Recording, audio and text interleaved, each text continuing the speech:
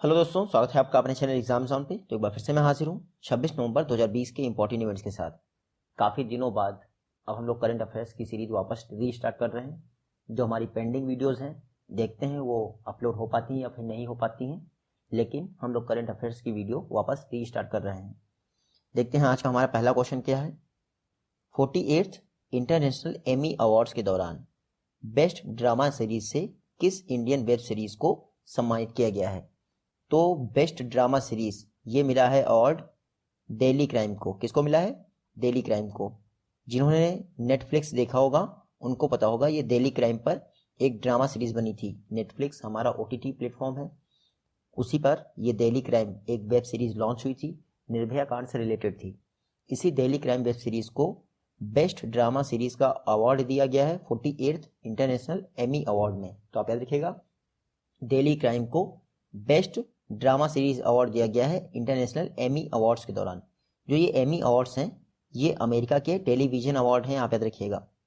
Next question है, doctor of science ये एक डॉक्टरेट है जिसको कर्नाटका गवर्नमेंट ने दिया है। आपको बताना है किसको सम्मानित किया गया है डॉक्टर ऑफ साइंस डॉक्टरेट से। तो डॉक्टर ऑफ साइंस डॉक्टरेट से सम्मानित किया गया है के सिवान को।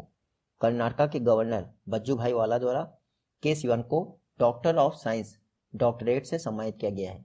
ये डॉक्टर ऑफ साइंस डॉक्टरेट की डिग्री जो है ये किस यूनिवर्सिटी द्वारा प्रोवाइड की जाती है? तो विश्वेश्वरैया टेक्नोलॉजिकल यूनिवर्सिटी, उसके द्वारा ये doctor of science doctorate provide की जाती है। के सिवान को इस बार डॉक्टर ऑफ साइंस का अवार्ड दिया गया है या डॉक्टरेट डिग्री दी गई है, किसके द्वारा? कर्नाटका के गवर्नर बज्जूभाई वाला द्वारा। आपको पता ही होगा, जो गवर्नर होता है किसी स्टेट का वो यूनिवर्सिटीज का चांसलर होता है। वाइस चांसलर तो पहले से ही अपॉइंट हो जाते हैं।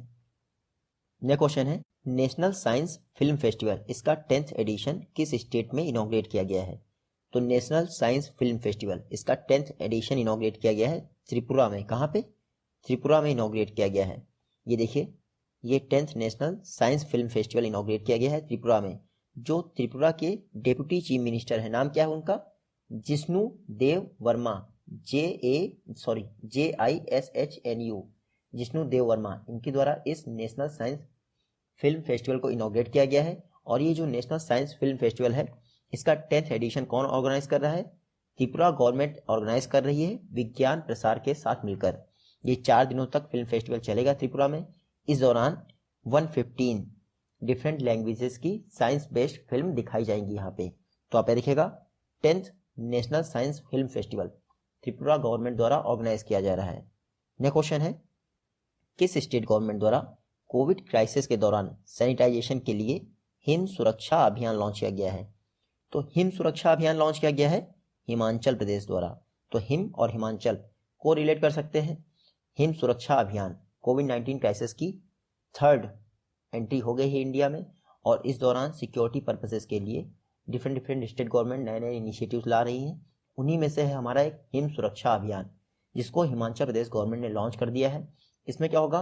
पहली बात तो सैनिटाइजेशन करा ही जाएगा और डोर टू डोर जाकर लोगों की हेल्थ चेकिंग भी की जाएगी। जो ये हिम सुरक्षा अभियान है ये 27 दिसंबर तक रन किया जाएगा। हिमाचल की बात करें तो ये देखिए मैप में, ये है हिमाचल प्रदेश। कैपिटल आप सभी को पता है। सीएम कौन है? जयराम ठाकुर हिमाचल प्रदेश के सीएम हैं। गवर्नर कौन है यहाँ के? बंडारू दत्तात्रेय। हिमाचल प्रदेश का पिन वैली नेशनल पार्क बहुत फेमस है, आपको पता होना चाहिए। नेक्स्ट क्वेश्चन देखते हैं, कौन से टाइगर रिजर्व को पहली बार TX2 इंटरनेशनल अवार्ड से सम्मानित किया गया है इसकी टाइगर पॉपुलेशन को डबल करने के लिए? तो पहला इंटरनेशनल अवार्ड TX2 दिया गया है पीलीभीत टाइगर रिजर्व को। किसको? पीलीभीत टाइगर रिजर्व को। देखिए, पीलीभीत टाइगर रिजर्व यूपी में स्थित है। इसको वर्ल्ड का पहला TX2 इंटरनेशनल अवार्ड दिया गया है क्योंकि इसने अपने यहाँ पे टाइगर की पॉपुलेशन लास्ट जो हमारे सेंसस हुए थे 2015 के दौरान, उस सेंसस से लेके 2019 के सेंसस के दौरान टाइगर की पॉपुलेशन को डबल कर लिया है। आपको पता होना चाहिए पीलीभीत टाइगर रिजर्व कहाँ स्थित है? यूपी में स्थित है। देखिए, जो TX2 अवार्ड है ये पहली बार किसी टाइगर रिजर्व को दिया गया है। किसके द्वारा? UNDP united nation development programme के द्वारा ये अवार्ड दिया गया है। टोटल वर्ल्ड में 13 टाइगर रेंज कंट्रीज हैं, उनमें से सिर्फ एक टाइगर रिजर्व है जिसको ये अवार्ड मिला है। आप देखिएगा, क्योंकि UNDP ने ये अवार्ड दिया है तो आपको UNDP के विषय में पता होना चाहिए। यूनाइटेड नेशन डेवलपमेंट प्रोग्राम 1965 में इसकी स्थापना हुई थी। हेडक्वार्टर है न्यूयॉर्क में और इसके हेड कौन है इस समय? आसिम स्टीनर यूएनडीपी के हेड हैं। नेक्स्ट क्वेश्चन देखते हैं। ब्रह्मोस सुपरसोनिक क्रूज मिसाइल का रिसेंटली सक्सेसफुली टेस्ट किया गया है इंडियन आर्मी द्वारा। आपको बताना है ब्रह्मोस सुपरसोनिक क्रूज मिसाइल की रेंज जो पहले 290 किलोमीटर थी उसको बढ़ाकर कितना कर दिया गया है? तो ब्रह्मोस सुपरसोनिक क्रूज मिसाइल की रेंज बढ़ाकर कर दी गई है 450 किलोमीटर यानी 450 किलोमीटर। अब ब्रह्मोस सुपरसोनिक क्रूज मिसाइल की रेंज होगी। सुपरसोनिक, सबसोनिक और हाइपरसोनिक ये सेगमेंट्स आपको पता होने चाहिए। देखिए ब्रह्मोस सुपरसोनिक क्रूज मिसाइल है, इसकी स्पीड होती है 2.8 मैक और 1 मैक इक्वल टू होता है स्पीड ऑफ साउंड यानी कि 332 मीटर पर सेकेंड, ये स्पीड ऑफ साउंड होती है। सबसोनिक किन मिसाइल्स को कहते हैं? सबसोनिक उन्हें कहते हैं जिनकी स्पीड 1 मैक से कम होती है, यानी साउंड की स्पीड से जिनकी स्पीड कम होती है उनको कहते हैं सबसोनिक।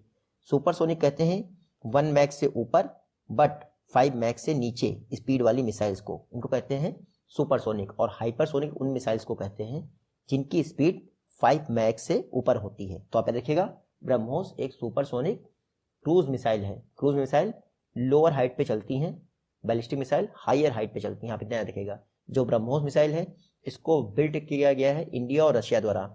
इंडिया की ब्रह्मपुत्र रिवर और रशिया की मॉस्कोवा रिवर के नाम पर इसका नाम ब्रह्मोस रखा गया है। और इंडिया की तरफ से DRDO और रशिया की तरफ से P-800 Onika cruise missile company द्वारा इसको डेवलप किया गया है। रिसेंटली ब्रह्मोस का सक्सेसफुली टेस्ट किया गया था अंडमान एंड निकोबार आइलैंड से, इसीलिए ये चर्चा में थी। कहाँ से टेस्ट किया गया था? अंडमान एंड निकोबार आइलैंड से। नेक्स्ट क्वेश्चन देखते हैं। चाइना द्वारा किस सेलेस्टियल बॉडी या किस बॉडी से सैंपल कलेक्ट करने के लिए चैंग E5 मिशन लॉन्च किया गया है? तो इससे पहले चैंग E4 मिशन लॉन्च किया गया था जो कि सक्सेसफुली लैंड कर गया था मून के सदर्न पोल पे। और चैंग ई जो चाइनीज लैंग्वेज है उसमें मून गॉडेस को कहा जाता है। तो recently Chang E5 mission launch किया गया है मून के लिए। ये चाइना का फर्स्ट मिशन है जो सैंपल कलेक्ट करेगा किसी भी सेलेस्टियल बॉडी से और वापस रिटर्न होगा चाइना के पास। इससे पहले सिर्फ USA और रशिया ने ये कमाल किया था। अब चाइना भी अगर सक्सेसफुल रहा ये मिशन तो चाइना वर्ल्ड का 3rd कंट्री होगा जो सक्सेसफुली सैंपल को कलेक्ट करके अपने अर्थ पे लेके आएगा। तो आप देखिएगा चाइना ने चैंग E5 मिशन लॉन्च किया है मून के लिए। और किस रॉकेट से लॉन्च किया है? लॉन्ग मार्च 5 रॉकेट से। किससे? लॉन्ग मार्च 5 रॉकेट से। आप देखिएगा चाइना की बात करें तो ये मैप में देख सकते हैं आप चाइना। कैपिटल मैं नहीं बताऊंगा। प्रेसिडेंट कौन है इसके? सी जिनपिंग। करेंसी क्या है इसकी? रेनमिनबी। नेक्स्ट क्वेश्चन है इंडिया द्वारा किस कंट्री के लिए $80 मिलियन के 100 और प्रोजेक्ट्स की घोषणा की गई है? तो इंडिया ने रिसेंटली अफगानिस्तान के लिए, किसके लिए? अफगानिस्तान के लिए 100 और प्रोजेक्ट्स की घोषणा की है जिनमें कॉस्ट आएगी $80 मिलियन, यानी इंडिया $80 मिलियन प्रोवाइड करेगा इन 100 प्रोजेक्ट्स के लिए।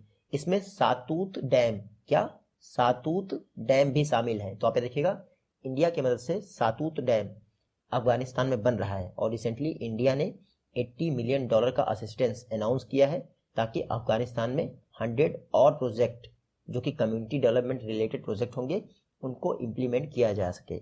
इन $80 मिलियन को मिलाने के बाद अब तक इंडिया अफगानिस्तान को टोटल $3 बिलियन का, कितना? $3 बिलियन का असिस्टेंस प्रोवाइड किया कर चुका है। अफगानिस्तान की बात करें तो ये देखिए मैप में कैपिटल क्या है इसकी? काबुल। करेंसी आपको पता ही होगा। और इस समय प्रेसिडेंट कौन है? अशरफ गनी। आप याद रखिएगा। नेक्स्ट क्वेश्चन देखते हैं। फेमस पर्सनालिटीज जो रिसेंटली इनका निधन हो गया। अब गवर्नमेंट कह रही है कोविड-19 नहीं चल रहा है, लेकिन जिस हिसाब से लोगों का निधन हो रहा है, लोग मर रहे हैं, उस हिसाब से इतनी न्यूज़ कभी आती नहीं थी ऑब्वियसली की। आशीष रॉय, इनको कौन नहीं जानता होगा? फेमस टीवी आर्टिस्ट थे आशीष रॉय। रिसेंटली दिल्ली के रहने वाले थे, उनका निधन दिल्ली में ही हो गया है। आप देखिएगा आशीष रॉय टीवी आर्टिस्ट। उसके अलावा अहमद भाई पटेल, इनको कौन नहीं जानता होगा? कांग्रेस से राज्यसभा सांसद थे, गुजरात के राज्यसभा सांसद थे, नेहरू गांधी फैमिली के काफी क्लोज थे अहमद भाई पटेल। रिसेंटली इनका भी निधन हो गया। नेक्स्ट क्वेश्चन है international day for the elimination of violence against women, ये किस डेट को ऑब्जर्व किया गया है? तो वुमेन्स के खिलाफ जो वायलेंस होता है उसको एलिमिनेट करने के लिए इंटरनेशनल डे 25 नवंबर को ऑब्जर्व किया जाता है। कब?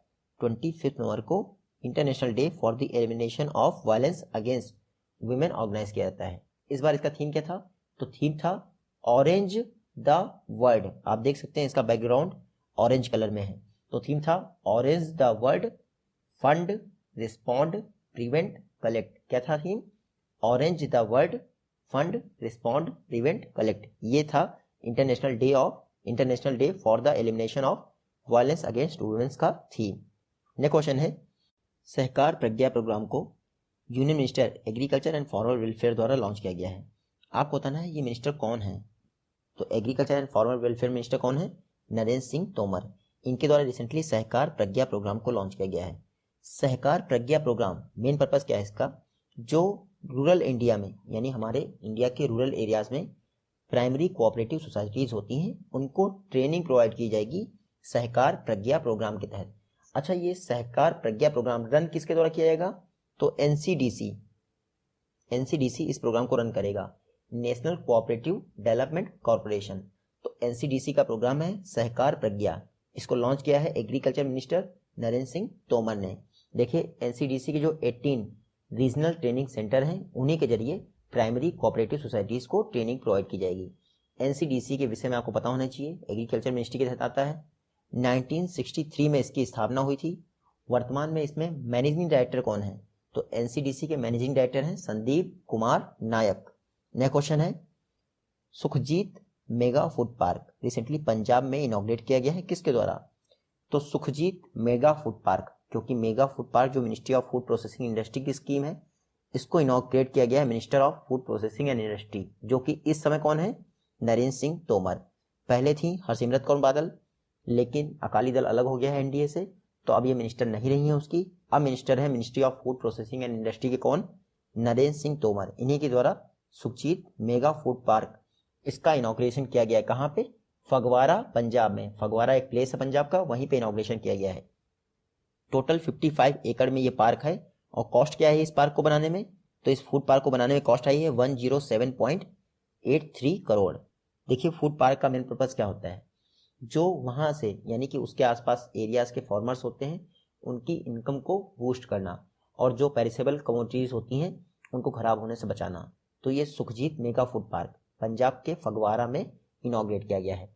अब तक इंडिया में टोटल 37 मेगा फूड पार्क का सैंक्शन मिल चुका है गवर्नमेंट द्वारा, जबकि 37 में से 20 मेगा फूड पार्क स्थापित भी हो चुके हैं। और ये जो मेगा फूड पार्क स्कीम है, ये ministry of food processing and industry की स्कीम है, याद रखिएगा।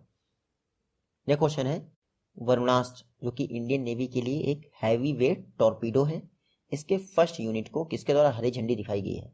तो रिसेंटली वरुणास्त्र का फर्स्ट यूनिट मैन्युफैक्चर हुआ, जो भारत डायनामिक्स लिमिटेड है उसके द्वारा इसको मैन्युफैक्चर किया जा रहा है। हालांकि डिजाइन किसके द्वारा किया गया था? डीआरडीओ के द्वारा। और डीआरडीओ के चीफ यानी कि जी सतीश रेड्डी द्वारा ही वरुणास्त्र के फर्स्ट यूनिट को फ्लैग ऑफ किया गया है। किसने किया है? जी सतीश रेड्डी।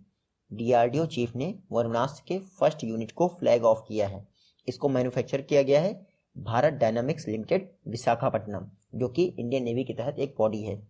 देखिए वरुणास्त्र जो इंडियन नेवी के लिए टॉर्पीडो है, इसके विषय में आपको पता होना चाहिए। वरुणास्त्र की जो रेंज है वो 40 किलोमीटर है, यानी 40 किलोमीटर की रेंज में ये किसी भी सबमरीन को हिट कर सकती है। इसकी स्पीड क्या है? 74 किलोमीटर पर आवर्स की स्पीड से ये लॉन्च की जा सकती है। और ये एक हैवी वेट टॉर्पीडो है, तो इसका वेट कितना है? 1500 kg। तो वरुणास्त्र का रिसेंटली जो फ्लैग ऑफ है वो किया गया है जी सतीश रेड्डी, जो कि डीआरडीओ के चीफ हैं। नेक्स्ट क्वेश्चन है, आरबीआई द्वारा आईडीबीआई एसेट मैनेजमेंट फर्म को एक्वायर करने के किस एनबीएफसी के प्रपोजल को रिजेक्ट कर दिया गया है? तो आरबीआई ने रिसेंटली मुथूट फिनांस के प्रपोजल को रिजेक्ट कर दिया है। मुथूट फिनांस ने प्रपोजल दिया था कि वो आईडीबीआई एसेट मैनेजमेंट कंपनी को एक्वायर करेगा। देखिए ये जो डील होने वाली थी ये 215 करोड़ की डील थी, लेकिन आरबीआई ने अब रिजेक्ट कर दिया है, तो ये डील नहीं हो सकती है। कुछ समय पहले ही मुथूट फिनांस ने और आईडीबीआई ने अपने म्यूचुअल फंड बिजनेस के लिए शेयर परचेस एग्रीमेंट किया था, लेकिन अब आरबीआई ने कैंसिल कर दिया है, तो ये डील कैंसिल हो जाएगी। क्योंकि मुथूट फाइनेंस एक्वायर करने वाला था, उसके विषय में जान लेते हैं। मुथूट फाइनेंस 1939 में स्थापना हुई थी। हेडक्वार्टर है इसका केरल के कोची में। चेयरपर्सन कौन है इसके? MG George Muthoot. Next question है, नीति आयोग द्वारा जो हमारे इंडिया में वर्जिन कंपनी की हाइपरलूप टेक्नोलॉजी हाइपरलूप बनाने जा रही है, उसकी कॉमर्शियल वायबिलिटी को चेक करने के लिए यानी एनालाइज करने के लिए नीति आयोग ने जो एक एक्सपर्ट पैनल बनाया है, आपको बताना उस एक्सपर्ट पैनल के चेयरमैन कौन होंगे। तो रिसेंटली नीति आयोग द्वारा वीके सारस्वत की अध्यक्षता में, किसकी अध्यक्षता में? नीति आयोग ने वीके सारस्वत की अध्यक्षता में एक हाई लेवल एक्सपर्ट पैनल बनाया है जो ये एनालाइज करेगा कि जो वर्जिन हाइपरलूप टेक्नोलॉजी है इसकी कॉमर्शियल वायबिलिटी क्या है। हाइपरलूप आप सभी को मैं बता दूं, इसमें क्या होता है, एक नियर वैक्यूम पॉड होता है जिसके अंदर लोगों को एक पॉड के अंदर यहाँ से वहाँ रीलोकेट किया जाता है, यानी एक तरह से ये जो हमारे ट्रांसपोर्ट का है एक तरीका है हाइपरलूप। इसमें नियर वैक्यूम, बिल्कुल वैक्यूम होता है, इसलिए स्पीड काफ़ी ज़्यादा मैक्सिमाइज की जा सकती है। रिसेंटली यूएसए के लॉस वेगास में जो वर्जिन हाइपरलूप टेक्नोलॉजी है इसका सक्सेसफुली टेस्ट किया गया है। 500 मीटर के लिए टेस्ट किया गया था 161 की स्पीड पर। तो इतनी कम दूरी में भी अगर 161 स्पीड ये अचीव कर रहा है तो इसका मतलब लॉन्ग दूरी के लिए बहुत ज़्यादा स्पीड अचीव कर लेगा। इंडिया में जो हाइपरलूप प्रोजेक्ट बन रहा है, ऐसा कहा जा रहा है, उसकी स्पीड होगी 1000 किलोमीटर पर आवर। तो हाइपरलूप प्रोजेक्ट कॉमर्शियली वायबल है या नहीं, इसका एनालिसिस करने के लिए नीति आयोग द्वारा वीके सारस्वत की अध्यक्षता में एक कमेटी बनाई गई है। आप देखिएगा, नीति आयोग की बात करें तो 1 जनवरी 2015 में योजना आयोग की जगह इसकी स्थापना की गई थी। इसके भी चेयरपर्सन हमेशा प्राइम मिनिस्टर होते हैं। वाइस चेयरपर्सन कौन है इसका? तो राजीव कुमार है। सीईओ कौन है? अमिताभ कांत नीति आयोग के सीईओ हैं। नीति का फुल फॉर्म क्या होता है? National institution for transforming India. Next question है, नॉर्थ ईस्टर्न इंडिया का फर्स्ट काउ हॉस्पिटल किस स्टेट में सेटअप किया गया है? तो पूर्वोत्तर भारत का पहला काउ हॉस्पिटल इनॉग्रेट किया गया है आसाम में। कहाँ पे? आसाम में। देखिए, पहले यहाँ पे काउ स्लॉटर था, इसी को चेंज करके अब बना दिया गया है काउ हॉस्पिटल। तो आप याद रखिएगा, नॉर्थ ईस्टर्न इंडिया का पहला काउ हॉस्पिटल बना है आसाम में। इस काउ हॉस्पिटल का नाम है सुरभि आरोग्यशाला। क्या नाम है? सुरभि आरोग्यशाला। और इसको बनाया किसने है तो बता दूं, श्री गोपाल गौशाला करके एक वहाँ पे फर्म थी, श्री गोपाल गौशाला, उसी के द्वारा ही ये सुरभि आरोग्यशाला बनाई गई है, जो कि नॉर्थ ईस्टर्न इंडिया की फर्स्ट काउ हॉस्पिटल है। आप देखिएगा, ये क्या करेगा, 30 किलोमीटर की रेडियस में जो भी काउ होंगी यानी गाय होंगी उनको मेडिकल फैसिलिटीज प्रोवाइड करेगा। क्योंकि असम में स्थापित हुआ है ये फर्स्ट काउ हॉस्पिटल। तो देखते हैं असम को, ये है मैप में असम। कैपिटल आप सभी को पता है। सीएम कौन है असम के? सर्बानंद सोनोवाल। गवर्नर कौन है असम के? जगदीश मुखी। देखिए, वर्ल्ड का सबसे बड़ा नदी द्वीप यानी विश्व का रिवरिन आइलैंड, ये माजुली द्वीप असम में ही है। आप देखिएगा, उसके अलावा डिब्रू साइखोवा नेशनल पार्क और बाघजन गैस फील्ड दोनों असम में हैं, बहुत चर्चा में है इस समय। नेक्स्ट क्वेश्चन है, रिसेंटली सोमालिया जो कि एक ईस्ट अफ्रीकन कंट्री है उसको हिट किया गया है गति साइक्लोन से। आपको पता है ये गति नाम किस कंट्री द्वारा दिया गया है? तो क्योंकि गति हमारे इंडिया में बहुत ज़्यादा चलन में रहता है तो आप इजीली जान सकते हैं गति नाम दिया गया है इंडिया द्वारा। तो पहले जो साइक्लोन ये गति था ये अरब सागर में चल रहा है इस समय और इंडिया को हिट करने वाला था, लेकिन पता नहीं क्या हुआ, इसकी दिशा जो है अफ्रीका की तरफ हो गई और इसने रिसेंटली सोमालिया को, जो कि हॉर्न ऑफ अफ्रीका पे एक कंट्री है, उसको हिट कर दिया है और ये गति नाम दिया गया है इंडिया द्वारा। एक दिन पहले ही सदर्न इंडिया में एक साइक्लोन आया था जिसका नाम था निवार नाम था उसका। निवार साइक्लोन ने साउथ इंडिया को हिट किया था। ये निवार नाम किसने दिया था? ईरान ने नाम दिया था। तो आप याद रखिएगा, निवार नाम ईरान ने दिया है और गति नाम इंडिया ने दिया है। नेक्स्ट क्वेश्चन है, निट्टो एटीपी टेनिस टूर्नामेंट जो होता है, आपको बताना 2020 का निट्टो एटीपी टूर्नामेंट किसके द्वारा जीता गया है? तो निट्टो एटीपी टूर टूर्नामेंट जीता गया है डेनियल मेदवेदेव। ये देखिए, ये हैं डेनियल मेदवेदेव, रशिया के प्रोफेशनल टेनिस प्लेयर हैं। इनके द्वारा निट्टो के एटीपी टूर टेनिस टूर्नामेंट को जीत लिया गया है। ये कहाँ हुआ है? लंदन के O2 अरेना स्टेडियम में ये टेनिस टूर्नामेंट खेला गया था। फाइनल में ये डेनियल मेदवेदेव ने किसको हराया है? तो डोमिनिक थियम को हराया है। जो डोमिनिक थियम है ये ऑस्ट्रिया के, कहाँ के? ऑस्ट्रिया के प्रोफेशनल टेनिस प्लेयर हैं। तो आप ये भी याद रखिएगा, मेदवेदेव रशिया के और डोमिनिक थियम ऑस्ट्रिया के प्रोफेशनल टेनिस प्लेयर हैं। ये आज की वीडियो से 2 क्वेश्चन हैं। आई होप कि आप इनका जवाब दे पाएंगे। जल्दी ही मिलते हैं आपसे नेक्स्ट वीडियो में। तब तक के लिए take care, goodbye and जय हिंद।